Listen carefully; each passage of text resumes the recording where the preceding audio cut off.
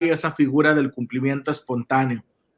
En primer lugar, pues lo primero que sucede es una infracción. Lo primero que nos va a pasar cuando nos llega un requerimiento es que ya vamos a ser sujetos a una infracción, y esto está en el artículo 81 del Código Fiscal de la Federación, que nos dice que son infracciones no presentar las declaraciones, las solicitudes, avisos o constancias que exijan las disposiciones fiscales, no hacerlo a través de los medios electrónicos o presentarlos a requerimiento de las autoridades, no cumplir los requerimientos o cumplirlos fuera de los plazos señalados en los mismos. Entonces, ya que tenemos todo un mundo de sanciones, mi estimado, nada más en la fracción 1, si no presento la declaración, es multa. Si la presento, pero a requerimiento, es multa también. Si no cumplo el requerimiento, también hay multa. Y si cumplo el requerimiento, pero fuera del plazo señalado en el mismo, también hay multa. Entonces, me queda claro que ya viendo un requerimiento, ya hay multa. Sea que atiendas el requerimiento, sea que no cumplas el requerimiento, o sea que lo cumplas fuera de plazo, ya hay multa. Y me recuerda un poquito este meme de Los Simpson, ¿no? Que dice, si no presentas la declaración, hay multa. Si no la presentas a través de los medios electrónicos, hay multa. Si la presentas a requerimiento, hay multa. Si no la presentas a requerimiento, hay la multa. Y si cumples el requerimiento, pero fuera de plazo, hay multa. Entonces, la primera consecuencia es la multa. Esta multa nos las van a imponer a la luz o a raíz del procedimiento establecido en el artículo 41 del Código Fiscal de la Federación.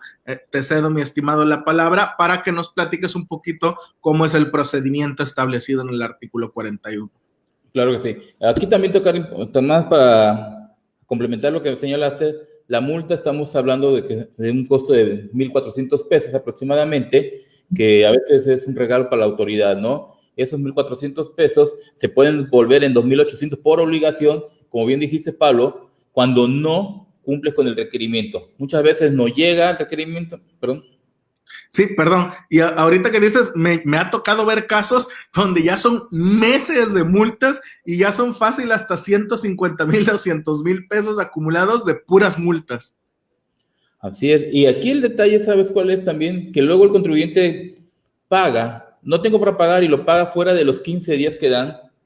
Y cuando llega la multa por no cumplir el requerimiento en tiempo y forma, no aceptan esa multa porque dicen, yo ya la pagué, pero no, se originan dos posibles multas. La primera por no haber cumplido la obligación y la autoridad llegó, y la segunda es porque no atendiste el requerimiento dentro del plazo señalado. Simplemente era para dejar hincapié. Ok, siguiendo con el artículo 41 del Código, también nos dice...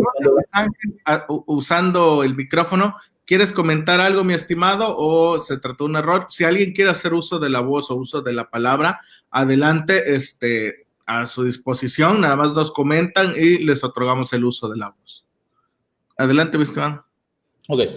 El artículo 41 nos dice, cuando las personas obligadas a presentar declaraciones, avisos y demás documentos no lo hagan dentro de los plazos señalados en las disposiciones fiscales, las autoridades fiscales exigirán la presentación del documento respectivo ante las oficinas correspondientes, procediendo de la siguiente forma.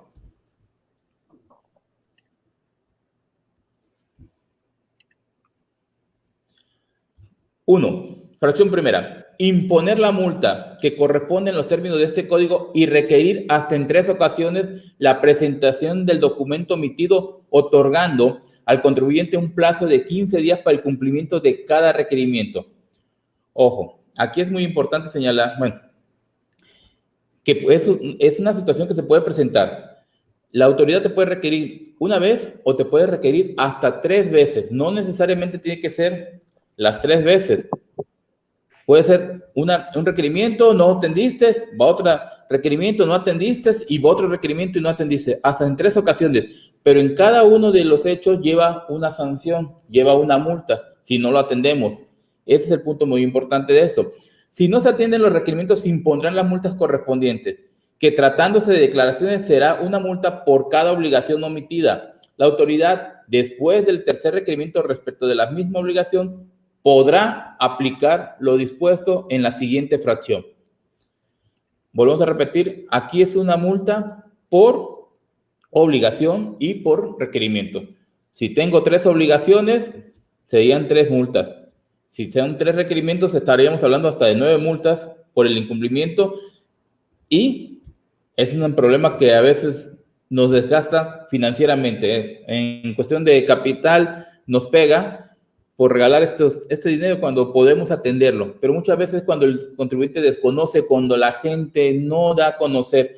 ¿Qué sucede con este punto? Y eso es muy importante. Bueno, creo que lo vemos posteriormente. Los requerimientos hay que atenderlos. Como sean, hay que atenderlos cuando ya es un requerimiento, porque ya es una formalidad, ya es una obligación. El dejarlos pasar es problema para la empresa y es una situación en contra de la empresa. Entonces, como aquí lo pone Pablo, requerimiento sí, multa. No, multa. Se vuelve el segundo requerimiento, sí, multa. No, multa también. Y vuelve un tercer requerimiento y hay otra vez una multa. Y otra vez, ahí ya no hay una tercera multa, pero viene otro proceso que nos marca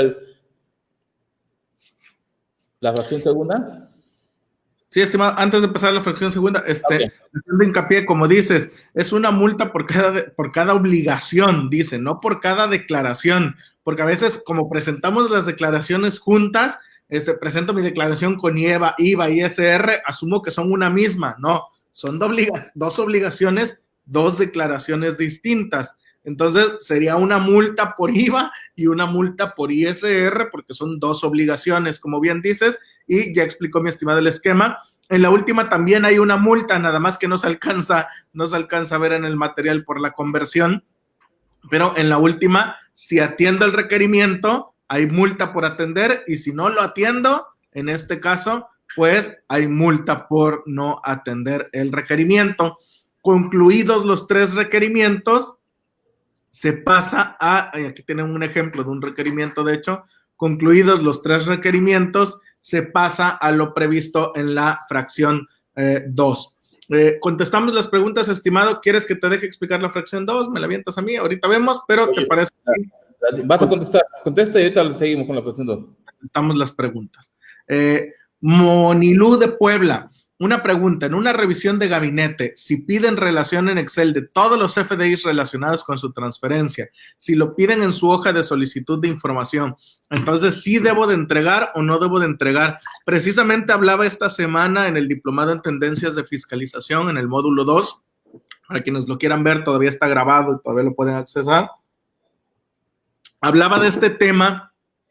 Este tema se llama, o lo pueden encontrar como integraciones especiales. De hecho, se me hace que debería ser un artículo para la revista Actualizándome al respecto de las integraciones especiales.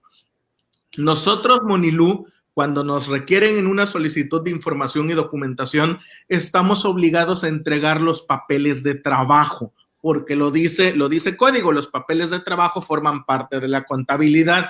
Sin embargo, no hay una regulación específica que diga qué son o cómo son los papeles de trabajo o qué deben de llevar los papeles de trabajo. Luego, entonces, esos son papeles informales, no legales, que no cumplen requisitos legales y que los contadores los pueden hacer como se les dé su invención. Le pueden poner colores, no colores, le pueden poner logos, sin logos, como quieran. Nada nos obliga a tenerlos.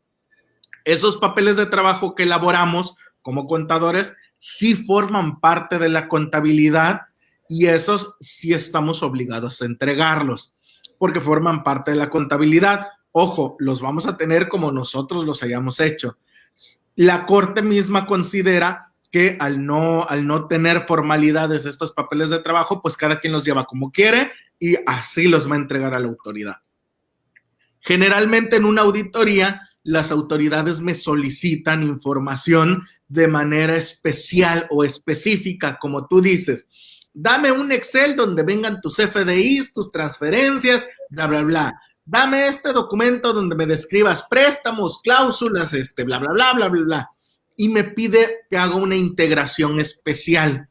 que ya propiamente no es un papel de trabajo. De hecho, tanto la Corte como el Tribunal Fiscal le han dado ese nombre, integraciones especiales, porque dicen papeles de trabajo son los que elabora el auditor en la auditoría o los que tenía el contribuyente cuando le hicieron la auditoría.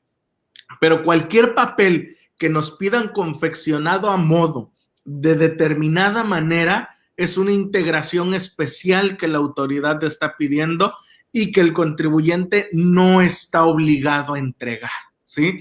Es un tema muy amplio, Monilú. De hecho, daría como para explicar otra hora ese tema porque es un tema muy, muy amplio.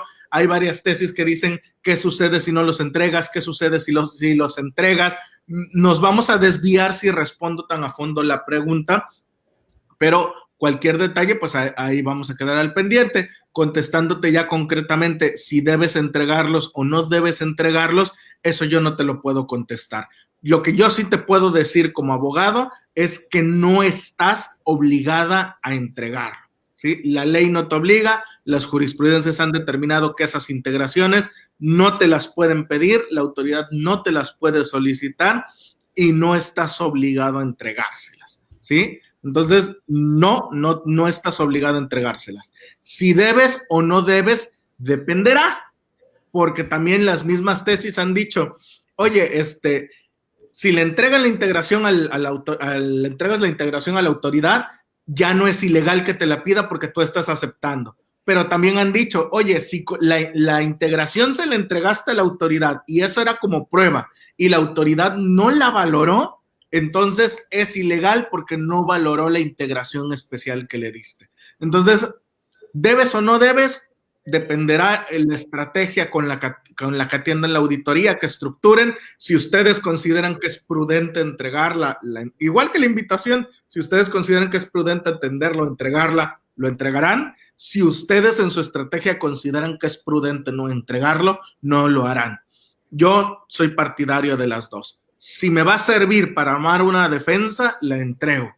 Y si me va a perjudicar y me va a complicar la defensa, no la entrego. Entonces, eso no te lo puedo responder, Monilú, depende del caso específico. Lo que sí te puedo decir es que no estás obligado a entregarlo. Pero el requerimiento se atiende cuando no se ha pagado, porque en los mandan a buzón, no marcan proceso de aclaración, solo cumplimiento de pago.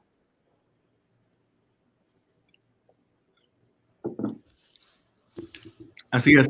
Bueno, que el hecho de que, déjame decirte, Areli, perdón, coincido contigo, pero el hecho de que buzón tributario no mande otro concepto y no me dé otra opción al hacer la aclaración, no quiere decir que yo no puedo presentarla. Yo puedo presentarla aún si no lo... Es más, yo puedo presentar en la aclaración lo que a mí se me ocurra. No tengo que limitarme a los conceptos que vengan ahí, porque no es mi culpa que la autoridad no tenga el concepto que yo voy a presentar, y yo sí he presentado aclaraciones cuyo concepto no aparece y me las han contestado porque están obligados, porque yo hice una solicitud en términos del artículo 8 constitucional. Entonces, esa no debe ser limitante. En caso de haber pagado antes del requerimiento, no procede multa, aunque no lo aclare, a menos que el requerimiento nos indique que lo aclare. Mira, en estricto sentido, si lo pagas antes del requerimiento, no procede multa, por lo que vamos a platicar, el cumplimiento espontáneo. No es necesario que presente la aclaración, estoy de acuerdo.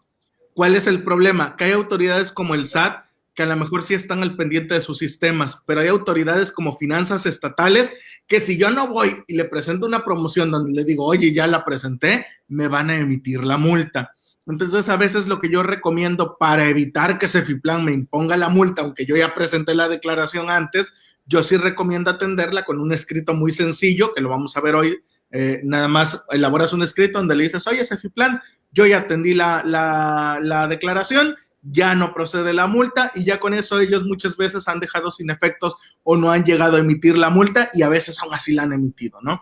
Pero en la mayoría de los casos ya no han emitido la multa. Por eso es que hemos venido recomendando también en algunos casos atenderla aunque la hayas pagado, porque si bien es cierto que ya no procede la multa, no menos cierto es que te la imponen. Y respecto a la segunda parte, a menos que el requerimiento nos indique que lo aclare, te la compro porque si el requerimiento dice que lo aclaremos, si no lo aclaramos, en teoría estamos incumpliendo el requerimiento. Entonces podría haber una sanción porque estamos incumpliendo. Yo no lo he visto, pero si tú dices que lo has visto, coincido contigo. Me parece muy oportuno el comentario. Como bien dijiste, Pablo, en el comentario ahorita adicionándolo, es un hecho y está comprobado que el SAT, en lo personal,